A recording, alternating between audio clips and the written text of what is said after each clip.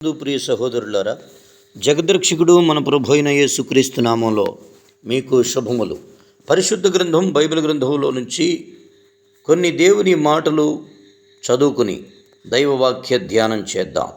పరిశుద్ధ గ్రంథము ఫిలిప్పీయులకు వ్రాసిన పత్రిక. అపోస్తలుడైన పౌలు గారు ఫిలిప్పీయులకు వ్రాసిన పత్రికల నుంచి ఒక వాక్యం చదువుకుందాం. పరిశుద్ధాత్మ దేవుడు మనకు సహాయం చేయునుగాక. చూడండి ప్రియ సహోదరులారా, ఫిలిప్పీ పత్రిక 1వ అధ్యాయం 8వ వచనములో ఉన్న వాక్యమును చదువుకుందాం. దేవునికి స్తోత్రం. చూడండి ప్రియ దేవుని బిడ్డలారా, ప్రభు మాటలను మనం ధ్యానం చేద్దాం. 9వ వచనం చదువుకుందాం.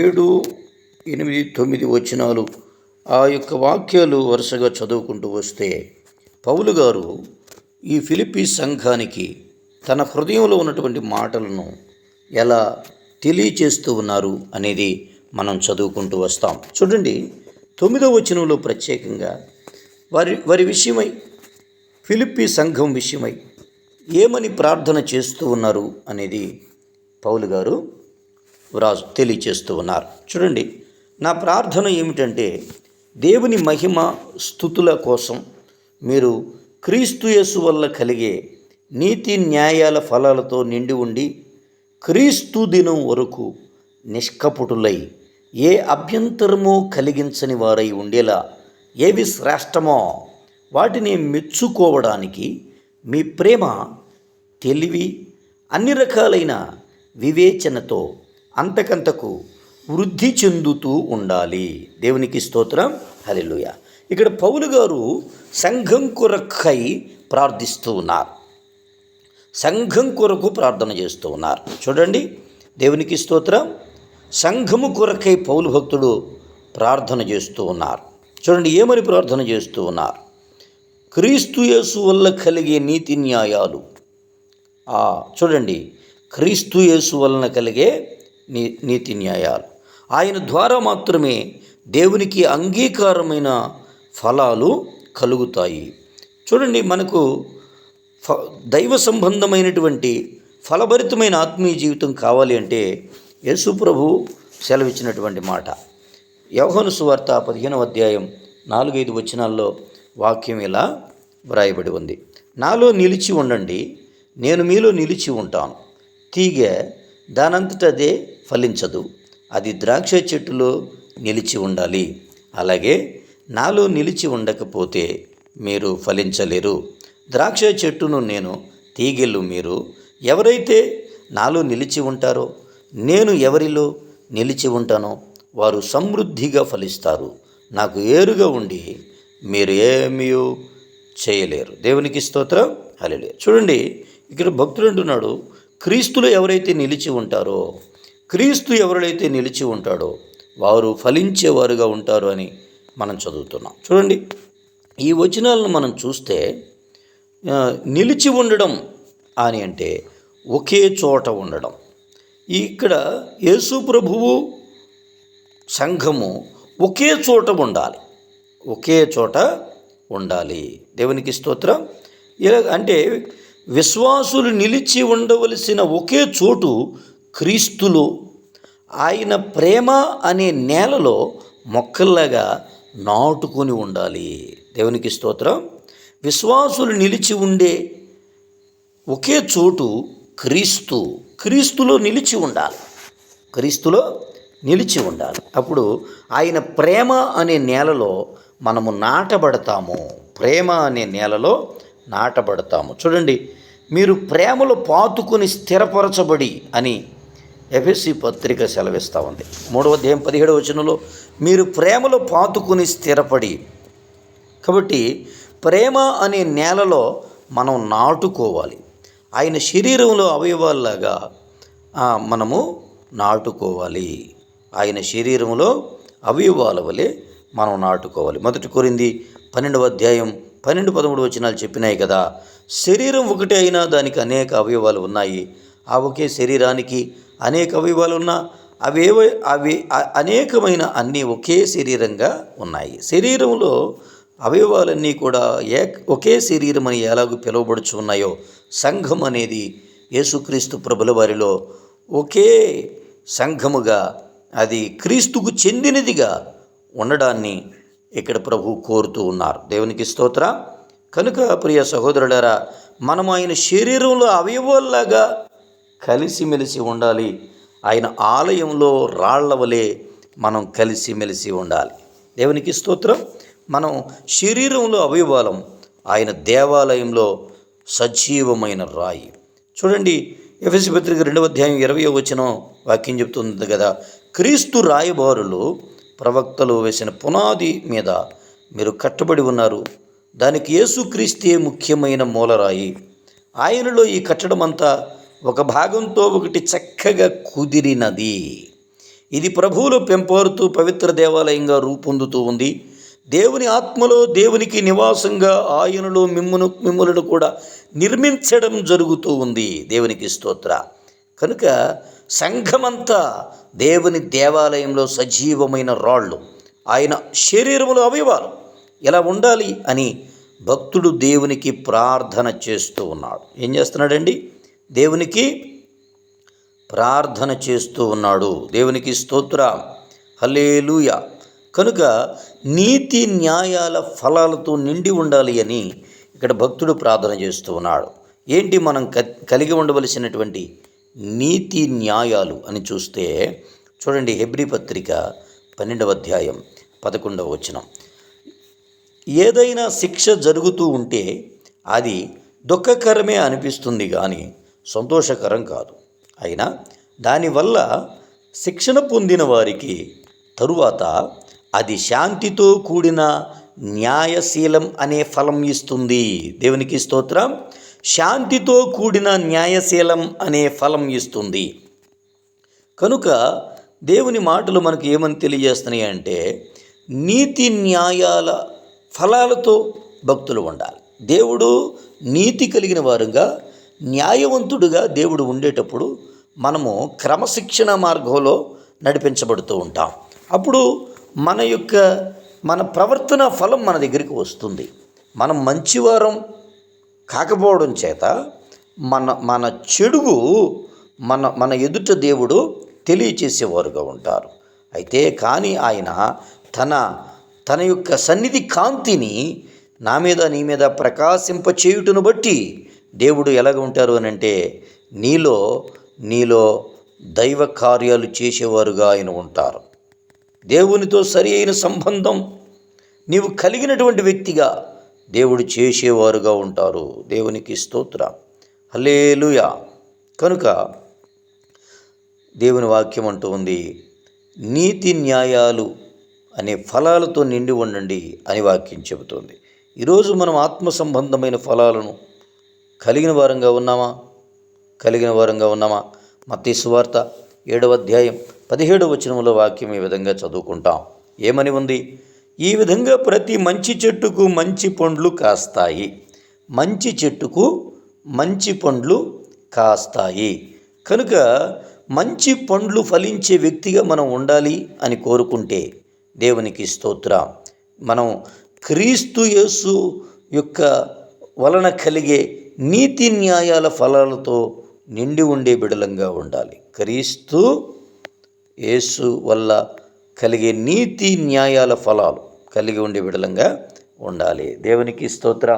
చూడండి, రోమా గ్రంథం 6వ అధ్యాయం 22వ వచనంలో వాక్యం ఈ విధంగా చదువుకుంటాం. ఇప్పుడైతే మీరు పాపము నుంచి విడుదల పొంది దేవునికి దాసులయ్యారు. దీనివల్ల మీకు కలిగే ఫలం పవిత్రత, చివరి ఫలితం శాశ్వత జీవం. ఇక్కడ మొట్టమొదట పవిత్రత అనేది ఫలంగా అనుగ్రహించబడుతుంది. రెండవది శాశ్వత జీవం అనేది మరొక ఫలంగా అనుగ్రహించబడుతూ ఉంది. పాపము నుంచి విడుదల పొంది దేవుడికి ఎవరైతే సేవ చేస్తున్నారో అటు వారిని దేవుడు మొదట పవిత్రత అనే ఫలంతో నింపుతారట. రెండవది శాశ్వత జీవం అంటే ముక్తి, మోక్షం, పరలోక రాజ్యం, నిత్య జీవం. కనుక ఈరోజు నీవు కలిగి ఉండవలసిన ఫలాలు ఏంటి అని అంటే దేవునికి స్తోత్ర. ఒకటి పవిత్రత, రెండవది శాశ్వత జీవం. అనే ఫలాలు కలిగి ప్రభు యొక్క మార్గంలో వర్ధిల్లుదువుగాక. అలాగే మనం చూస్తే గలతీ పత్రిక 5వ అధ్యాయం 22వ వచనముల వాక్యం ఈ విధంగా వ్రాయబడుతూ ఉంది. దేవుని ఆత్మ ఫలమైతే ప్రేమ, ఆనందం, శాంతి, సహనం, దయ, మంచితనం, విశ్వసనీయత అని ఇక్కడ ఆత్మ ఫలాలను గురించి దేవుని వాక్యంలో మనం ధ్యానం చేస్తాం. ఆత్మఫలమేమనగా ప్రేమ, సంతోషము, సమాధానం, దీర్ఘశాంతము, దయాళత్వము, మంచితనము, విశ్వాసము, సాత్వికము, ఆశానిగ్రహము, ఇవి ఆత్మఫలములై ఉన్నాయి. క్రీస్తునందు మనం ఫలించాల్సినటువంటి ఫలాలను గురించి ఇక్కడ పౌలు భక్తుడు తెలియచేస్తూ ఉన్నాడు. మనం ఎటువంటి ఫలాలు కాసేవారంగా ఉన్నాం, నీవు ఎటువంటి ఫలాలు ఫలించే వ్యక్తివిగా ఉన్నావో ఈరోజు ఒకసారి నిన్ను నువ్వు చూసుకుంటూ, నన్ను నేను చూసుకుంటూ క్రీస్తునందు దర్శించబడే బిడలంగా ఉందుముగాక. ప్రభు ఏమంటున్నారు అని అంటే, దేవునికి స్తోత్ర, మీరు అంతకంతకు అభివృద్ధి పొందవలెనని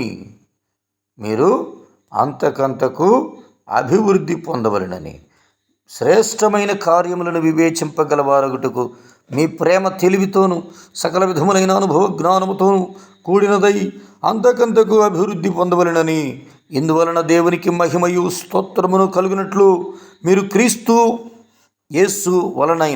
యేసుక్రీస్తు వలనైన నీతి ఫలములతో నిండుకొనిన వారై క్రీస్తు దినమునకు నిష్కపటులను నిర్దోషులను కావాలనని మీ నిమిత్తమై ప్రార్థిస్తూ ఉన్నానని ఇక్కడ భక్తుడు చాలా చక్కగా ప్రార్థన చేస్తూ ఉన్నాడు. కనుక మనం ఏవి శ్రేష్టమో వేటిని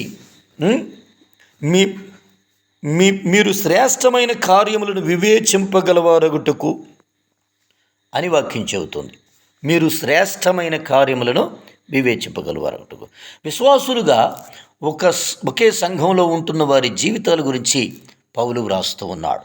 విశ్వాసులుగా ఒకే సంఘంలో ఉంటున్న వారి జీవితాలను పౌలు ఏమని చెప్తున్నాడంటే, శ్రేష్టమైనవి. చూడండి, ఫిలిప్పీ పత్రిక 2వ అధ్యాయం 1వ వచనం నుంచి 5వ వచనం వరకు వాక్యం ఈ విధంగా ఉంది. కావున క్రీస్తునందు ఏ హెచ్చరిక అయినను, ప్రేమ వలన ఆదరణ అయినను, ఆత్మయందు ఏ సహవాసమైనను, ఏ దయారసమైనను, వాత్సల్యమైనను ఉన్న ఎడల మీరు ఏక మనస్కులగునట్లుగా ఏక ప్రేమ కలిగి ఏక భావము గలవారుగా ఉండి ఒక్కదాని యందే మనస్సుంచుచు నా సంతోషమును పరిపూర్ణము చేయుడి. కక్ష చేతనైనను వృధా అతిశయము చేతనైనను ఏమియూ చేయక వినయమైన మనస్సు గలవారై ఒకనినొకడు తనకంటే యోగ్యుడని ఎంచుచు మీలో ప్రతివాడును తన సొంత కార్యములను మాత్రమే గాక ఇతరుల కార్యములను కూడా చూడవలెను. క్రీస్తు యేసునకు కలిగిన ఈ మనస్సు మీరును కలిగి ఉండుడి. కాబట్టి ఈ వచనాలను మనం చదువుతూ ఉంటే దేవుని మాటలు మనం ధ్యానం చేస్తూ ఉన్నాం. శ్రేష్టమైనవి ఏవి అని అంటే, మీరు మీ సొంత పనులను మాత్రమే చూసుకునేవారు కాక ప్రేమ వలన ఆదరణ, ఆత్మయందు సహవాసము, దేవుని దయారసము, దేవుని వాత్సల్యము, ఇవి శ్రేష్టమైనవి. ఏక మనస్సు కలిగి, ఏక ప్రేమ కలిగి, ఒకే భావము కలిగి, ఒక్క ఉపదేశమునందే మనస్సుంచుచు నా సంతోషమును పరిపూర్ణము చేయుడి. సంఘము వారి ఆత్మీయత ఏ విధంగా ఉండాలి అనేది ఇక్కడ పౌలు భక్తుడు చాలా చక్కగా తెలియచేస్తూ ఉన్నారు.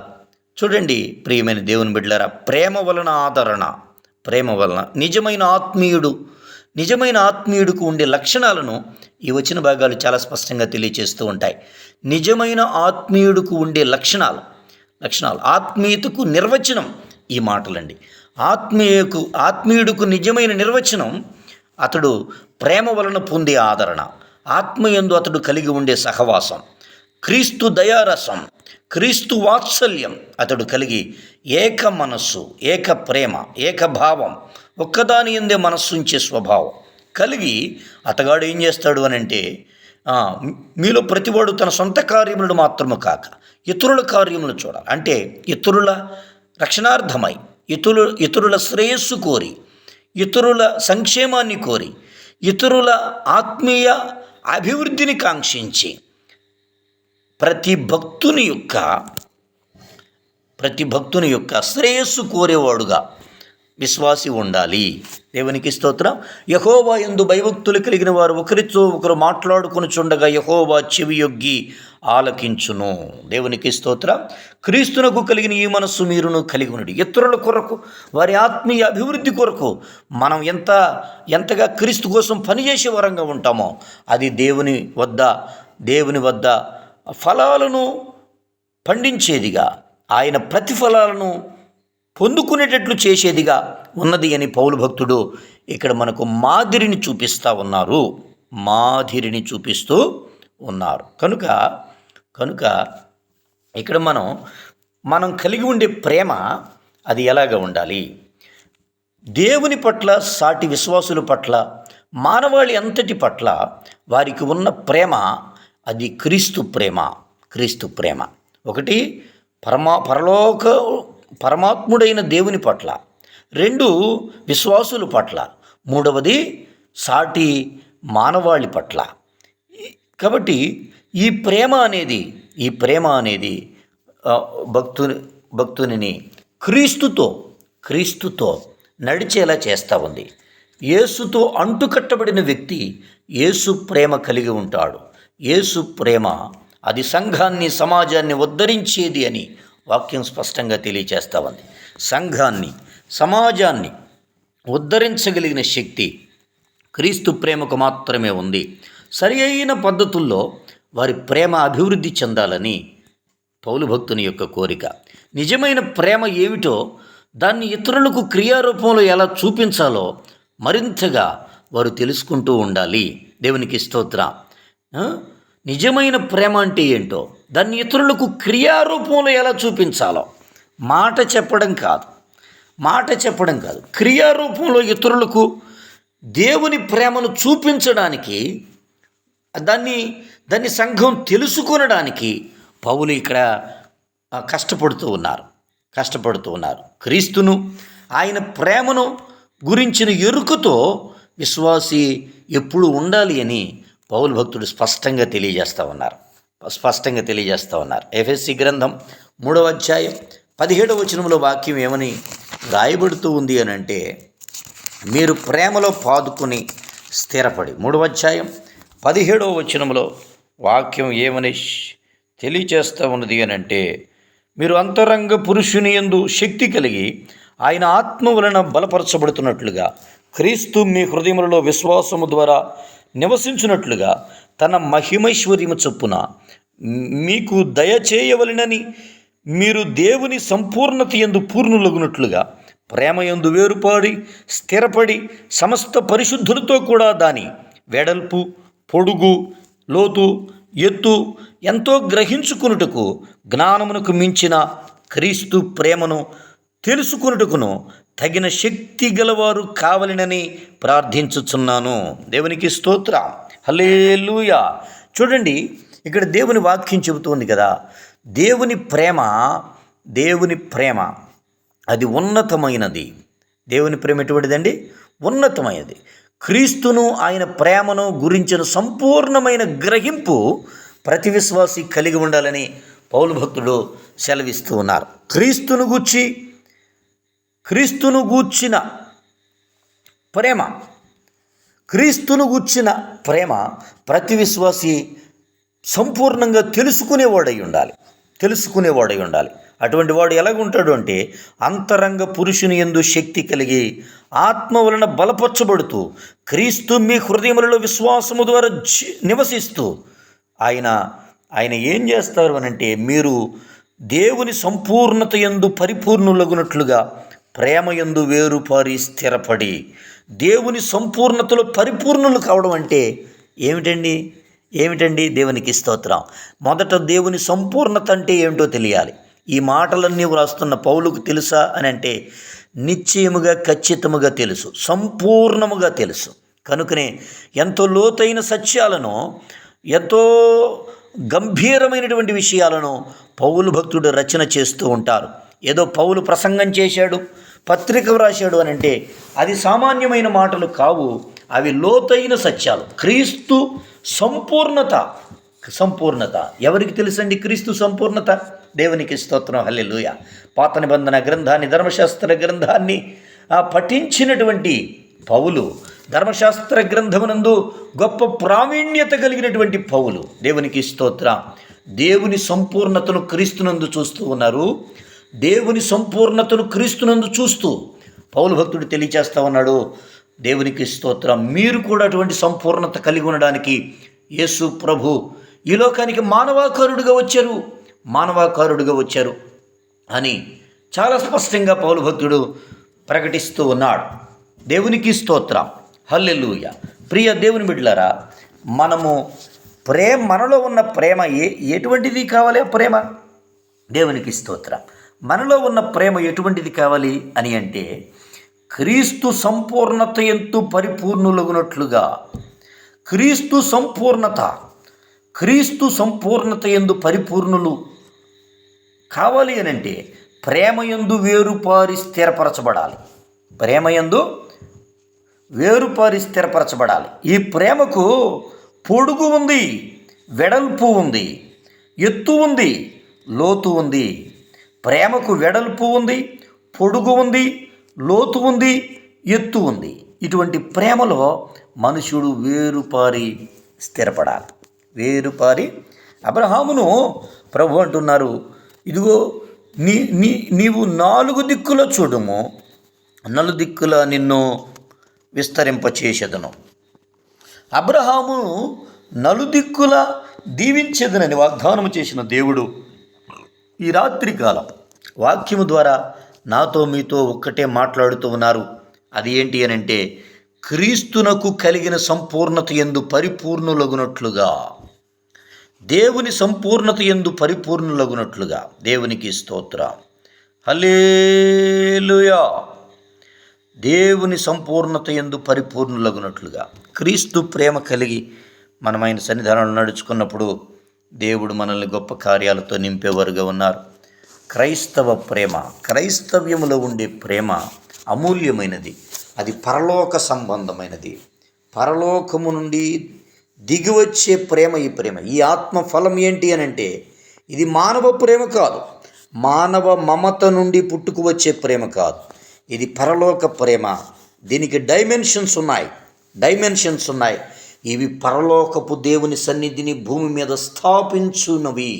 పరలోకపు దేవుని సన్నిధిని భూమి మీద స్థాపించు శక్తి ఆత్మఫలములైన ప్రేమకు ఉన్నది.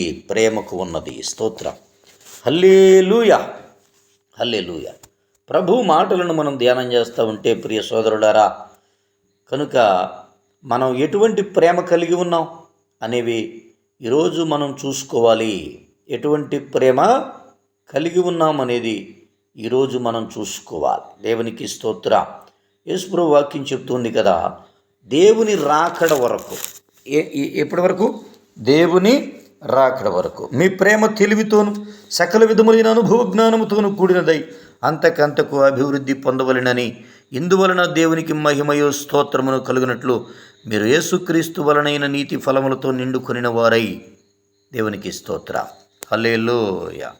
కనుక ఈరోజు మనం ధ్యానిస్తూ ఉన్నటువంటి మాట ఏంటి అని అంటే మీరు నిష్కపటులను నిర్దోషులను కావాలనని. ఎవరు కావాలండి? నిష్కపటులను నిర్దోషులు కావాలి అని దేవుడు మనల్ని ఆత్మ సంబంధమైన ఫలములతో దర్శించాలని కోరుతూ ఉన్నారు. అంతకంతకు అభివృద్ధి చెందవలెనని దేవుడు మనల్ని ఏం చేస్తున్నారు అని అంటే, దేవునికి స్తోత్రం, క్రీస్తు వలనైన నీతి ఫలములతో నిండుకునేవారుగా మనల్ని చూడాలని దేవుడు కోరుతూ ఉన్నాడు.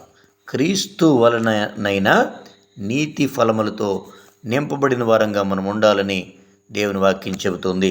ఎఫెసీ గ్రంథము 5వ అధ్యాయం 9వ వచనాన్ని మనం చదువుకుంటే ప్రభు చెప్తున్నారు, వెలుగు ఫలము సమస్త విధములైన మంచితనము, నీతి, సత్యము అను వాటిలో కనబడుచున్నది. దేవునికి స్తోత్ర.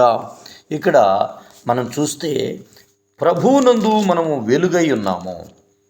ప్రభువునందు వెలుగై ఉన్నాము. పూర్వము చీకటి అయి ఉంటిరి కానీ ఇప్పుడైతే ప్రభువునందు వెలుగై ఉన్నారు. ఈ వెలుగుగా ఉన్నటువంటి మనలను ప్రభు చెప్తున్నారు కదా, సమస్త విధములైన మంచితనము, నీతి, సత్యము మనలో ఉండేటట్లుగా చేస్తానని యేసు ప్రభు సెలవిస్తూ ఉన్నారు. సమస్త విధములైన మంచితనము, నీతి, సత్యము నాలో నీలో కలిగించేటటువంటి యేసు ప్రభువుతో ఈరోజు మనం నడిచే వారంగా ఉండాలి. పూర్వమందు చీకటి అయ్యుంటిరి, ఇప్పుడైతే క్రీస్తునందు వెలుగై ఉన్నారు. క్రీస్తునందు ఎలాగూ వెలుగై ఉంటాము అని అంటే వాక్యం చెప్తూ ఉంది, పూర్వమందు మీరు చీకటిలో నడిచారు, ఇప్పుడు క్రీస్తునందు మీరు నడవాలి. 1 యోహాను పత్రిక 1వ అధ్యాయం 6-7 వచనాలు చదువుకుంటూ ఉంటే అక్కడ వాక్యం చెప్తుంది, పూర్వమందు మీరు చీకటి అయి ఉంటిరి కానీ ఇప్పుడైతే క్రీస్తునందు అన్యోన్య సహవాసము కలిగిన వారై ఆయన మార్గాల్లో నడుచుకోవాలి అని వాక్యం చెప్తుంది. క్రీస్తునందు నడుచుకునే వారమైతే మనలో సకల విధములైన మంచితనము, నీతి, సత్యము మనలో ఉంటాయి. ఇవి ఫలముల వలె నిలిచి ఉంటాయి. దేవునికి స్తోత్రం. హల్లెలూయా. ఈరోజు మనం ఎటువంటి ఫలాలు కలిగి ఉన్నామండి? వాక్యం చెప్తుంది, మంచివాడు ప్రతి మంచి చెట్టు మంచి ఫలాలు ఫలిస్తుంది. మనము మంచి ఫలాలు ఫలించే వారంగా ఉండాలి. క్రీస్తుతో అంటుకట్టబడిన వారంగా ఉండాలి. అప్పుడు మాత్రమే మనము క్రీస్తు కొరకై ఆత్మఫలాలు ఫలించే వారంగా ఉంటాం. క్రీస్తు కొరకై ఆత్మఫలాలు ఫలించే వారంగా ఉంటాం. ఈరోజు మనం ఎటువంటి ఫలాలు కలిగి ఉన్నాం? రోమాపత్రిక 6వ అధ్యాయం 22వ వచనం చెప్పింది, మీరు పవిత్రత అనే ఫలాలు మీతో ఉంటాయి, శాశ్వత జీవం అనే ఫలాలు మీరు కలిగి ఉంటారు. మీరు క్రీస్తుకు దాసులుగా గనక జీవిస్తూ ఉంటే, పూర్వం పాపానికి దాసులుగా ఉన్నారు, ఇప్పుడు యేసు ప్రభువుకి దాసులుగా ఉన్నారు. పాపానికి దాసులుగా ఉన్నప్పుడు రోగం, శాపం, మరణం దానికి ఫలాలుగా మీ మీదకు వస్తుంది. యేసునకు దాసులుగా ఉంటే క్రీస్తు ప్రభు మీకు పవిత్రత అనే ఫలమిస్తారు, శాశ్వత జీవం అనే ఫలమిస్తారు అని వాక్యము తెలియచేస్తూ ఉంది.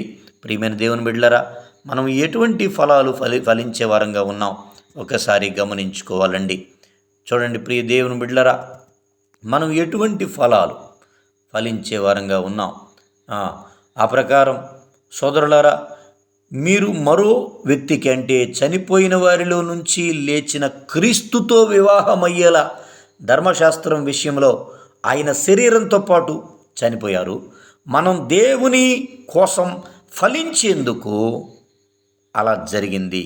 చూడండి, రోమపత్రిక 7వ అధ్యాయం 4వ వచనంలో చెప్తూ ఉన్నారు, మీరు క్రీస్తునందు మృతి పొంది ఆయనతో వివాహమయ్యేలా ధర్మశాస్త్రం విషయంలో ఆయన శరీరంతో పాటు చనిపోయారు. మనం దేవుని కోసం ఫలించేందుకు అలా జరిగింది. దేవుని కోసం ఫలించేందుకు ధర్మశాస్త్రం విషయంలో క్రీస్తుతో పాటు చనిపోయినారు. ధర్మశాస్త్ర గ్రంథము మనిషిని పాపిగా నిర్వచించింది. క్రీస్తు ప్రభుల వారు ఆ పాపమును తన మీద వేసుకుని శిలువ యజ్ఞం ద్వారా ధర్మశాస్త్ర గ్రంథ సంబంధమైన పాపమును కొట్టివేసి పాప విముక్తునిగా మనుషుడిని చేయటానికి మానవుడితో దేవుడు చెప్పేది ఏంటి అంటే, క్రీస్తుతో కూడా శిలువ వేసిన అనుభవాన్ని అతడు నీట ముంచుడు బాప్తిస్మంలో గుర్తించాలి. నీట ముంచుడు బాప్తిస్మంలో ఆ వ్యక్తి ఏం గుర్తించాలి అని అంటే, క్రీస్తుతో కూడా తాను శరీర విషయంలో చనిపోయిన వానుగాను, ఆత్మ విషయంలో నూతనంగా జన్మించిన వానుగాను తాను గుర్తించినప్పుడు అతడు దేవుని కోసం ఫలించేందుకు, దేవుని వాక్యంలో ఉన్న దీవెనలు సంపాదించుకునేందుకు అతడు యోగ్యుడుగా ఎంచబడుతూ ఉన్నాడు. అట్టి యోగ్యుని వాక్యం దీవించేదిగా ఉంది. దేవునికి స్తోత్రం. హల్లెలూయా. కనుక మనం క్రీస్తునకు దాసులమైతే పరిశుద్ధత అనేది నీకు ఫలంగా దేవుడు దయచేస్తాడు. నిత్య జీవం, పరలోక రాజ్యం అనేది రెండవ ఫలంగా దేవుడిస్తాడు. కనుక ప్రియ దేవుని బిడ్డలారా, మనం ఆత్మ ఫలములను ఫలించే వరంగా ఉండాలి. మనము వెలుగు ఫలాలను ఫలించే వరంగా ఉండాలి. కనుక మనం క్రీస్తులో ఎటువంటి ఫలాలు ఫలిస్తూ ఉన్నామో దేవుని వాక్యంలో చూసుకొనవలసిన వారమని చెప్పి వాక్యం తెలియచేస్తూ ఉంది. మీరు శ్రేష్టమైన కార్యములను వివేచింపగలవారగుటకు మీ ప్రేమ తెలివితోనూ సకల విధములైన అనుభవ జ్ఞానంతోనూ కూడినదై అంతకంతకు అభివృద్ధి పొందాలి. ఇందువలన దేవునికి మహిమయు స్తోత్రమును కలుగునట్లు మీరు యేసుక్రీస్తు వలనైన నీతి ఫలములతో నిండుకొనిన వారై క్రీస్తు దినమునకు నిష్కపటులను నిర్దోషులను కావాలనని మీ విషయమై ప్రార్థించుచున్నాను అని దేవుని వాక్యం సెలవిస్తూ ఉంది. కనుక మన నిమిత్తమై యేసు ప్రభుల వారు తండ్రి కుడిపార్శ్వమున ఉండి ప్రార్థన చేస్తూ ఉన్నారు. ఏమని ప్రార్థన చేస్తూ ఉన్నారు అని అంటే, మనము నిర్దోషులం కావాలనని, నిష్కపటులం కావాలని ప్రార్థన చేస్తూ ఉన్నారు. కనుక ఈరోజు ప్రభువు నీతో మాట్లాడుతూ ఉన్నారు. నీవు దేవుని వాక్యాన్ని ప్రేమించే వ్యక్తిగా ఉండు. దేవుని సహవాసాన్ని వెంబడిస్తున్నటువంటి వ్యక్తిగా ఉండు. ఆయన ప్రేమ క్రీస్తు యేసు యొక్క దయారసమును బట్టి మీ అందరి మీద నేనెంత అపేక్ష కలిగి ఉన్నానో దేవుడే నాకు సాక్షి అని పౌలు భక్తుడు వక్కాణించి మాట్లాడుతూ ఉన్నారు. దేవునికి స్తోత్రం. హల్లెలూయా. కనుక ప్రియ సోదరులారా, మనము దేవుని సన్నిధానంలో మనము సంఘంలో ఎలా ఎదుగుతూ ఉన్నాం, సంఘానికి మనకు ఉన్న సంబంధం ఎటువంటిది, సంఘంలో మన పాత్ర ఏంటి, మన పొజిషన్ ఏంటి, మనం నిర్వహిస్తూ ఉన్నటువంటి వైఖరి ఏంటి, జాగ్రత్తగా చూసుకునే వరమైతే మన ప్రవర్తన సరైనదిగా ఉండాలి. మనం వాక్యానుసారమైన జీవితాన్ని కలిగిన వారమై ఉండాలి. పెదవులతో స్తుతించే వారంగాను, హృదయంలో దేవునికి దూరస్థులంగాను ఉండేవారమైతే మనము మనుషుల మెప్పు కోరుతూ ఉన్నాం, సమాజంలో స్థానాలు కోరుతూ ఉన్నాం. పరిశుద్ధాత్ముని యొక్క సాన్నిహిత్యాన్ని, పరమదేవుని యొక్క సహవాసాన్ని కోరేవారంగా ఉంటున్నామా, ఉండడం లేదా అనేది ఈ వాక్యం ద్వారా గ్రహించుకొనవలసిన వారమై ఉన్నాం. దేవునికి స్తోత్రం. హల్లెలూయా. కనుక ప్రియ దేవుని బిడ్డలారా, మనము దేవుని నామ మహిమ కొరకు మనము ఈ యొక్క దేవుని మార్గంలో నడవవలసిన వారమై ఉన్నాం. ప్రియ దేవుని బిడ్డలారా, ఇదిగో చూడండి, ఎఫెసీ పత్రిక 1వ అధ్యాయం 6వ వచనంలో వాక్యం ఉంటుంది. దీని ద్వారా తన దివ్య కృపకు కీర్తి కలగాలని ఆయన భావం. ఆ కృప ద్వారా తాను ప్రేమించిన వానిలో మనల్ని స్వీకరిస్తాడు. తాను ప్రేమించిన వానిలో మనల్ని స్వీకరిస్తాడు. దేవునికి స్తోత్రం. హల్లెలూయా. కనుక మొదట క్రీస్తు మీద నమ్మకం కలిగిన మనం తన మహిమకు కీర్తి అయి ఉండాలని దేవుని ఉద్దేశం. క్రీస్తు మీద నమ్మకం కలిగిన మనం ఆయన మహిమకు, క్రీస్తు మహిమకు కీర్తి తెచ్చే వ్యక్తిగా నీవు ఉంటున్నావా? ఆయన నామానికి అవమానాన్ని కలిగించే వ్యక్తిగా ఉంటున్నావా?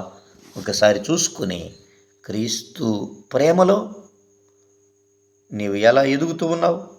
శ్రేష్టమైన కార్యములను వివేచింపగలగడానికి నీ ప్రేమ తెలివితోనూ సకల విధములైన అనుభవ జ్ఞానంతోనూ కూడినదై. క్రీస్తునందు నీ అనుభవ జ్ఞానం ఎటువంటిది? క్రీస్తును గూర్చిన అనుభవ జ్ఞానం ఎటువంటిది? ఆయనతో నడిచావా? ఆయనతో నీవు ప్రయాణం చేసినావా అనేది ఇక్కడ మనం చూసుకోవాలి. యోహాను భక్తుడు అంటాడు, నేను నా కంటితో దేన్ని చూచానో, దేనిని నా చేతితో తాకానో, ఏ దేవుని మార్గాల్లో మేము దేవుని వాక్యాన్ని ధ్యానించామో వాటిని నేను ప్రకటిస్తాను అని 1 యోహాను పత్రిక 1వ అధ్యాయం 1వ వచనాల్లో చదువుకుంటూ ఉంటాం. కనుక ప్రియ సహోదరులరా, మన యొక్క అనుభవ జ్ఞానం ఏంటి? క్రీస్తులోని అనుభవ జ్ఞానం ఏంటి? ఆయన కొరకు నీవు పడిన కష్టం ఏంటి? ఆయన కొరకు నీవు పడిన ప్రయాస ఏంటి? ఆ నీతి కొరకై ఆకలి దప్పులు కలిగిన వారు ధన్యులు, నీతి కొరకై హింసింపబడిన వారు ధన్యులు. సద్భక్తితో బ్రతుకును ఉద్దేశించిన వానికి శ్రమ కలుగక మానదు. దేవునికి స్తోత్రం. లోకము తన వారిని స్నేహించును, అది క్రీస్తు వారిని ద్వేషించును. అయితే క్రీస్తులో నీ అనుభవ జ్ఞానం ఏంటి? దైవభక్తి అనేది పూల పాన్పు కాదు. దైవభక్తి అనేది శ్రమల మార్గంలో సత్యాన్ని వెదికేది, సత్యాన్ని అనుసరించేది. క్రీస్తు మార్గము అని అంటే దేవునికి స్తోత్రం. లోకమంతా ఒక మార్గంలో వెళుతూ ఉంటే నీవు మాత్రం భక్తి మార్గంలో వెళ్ళవలసినది, నడిపించేది. కనుక అట్టి క్రీస్తు ప్రభుల వారి యొక్క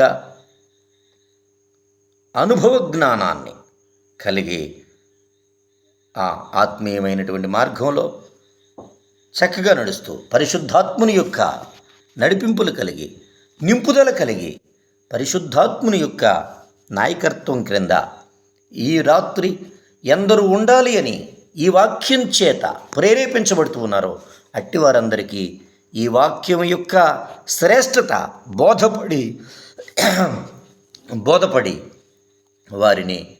వారిని నీతి ఫలములతో నిండుకుని వారుగా, వారిని క్రీస్తు దినమునకు నిష్కపటులుగా, నిర్దోషులుగా చేయును గాక.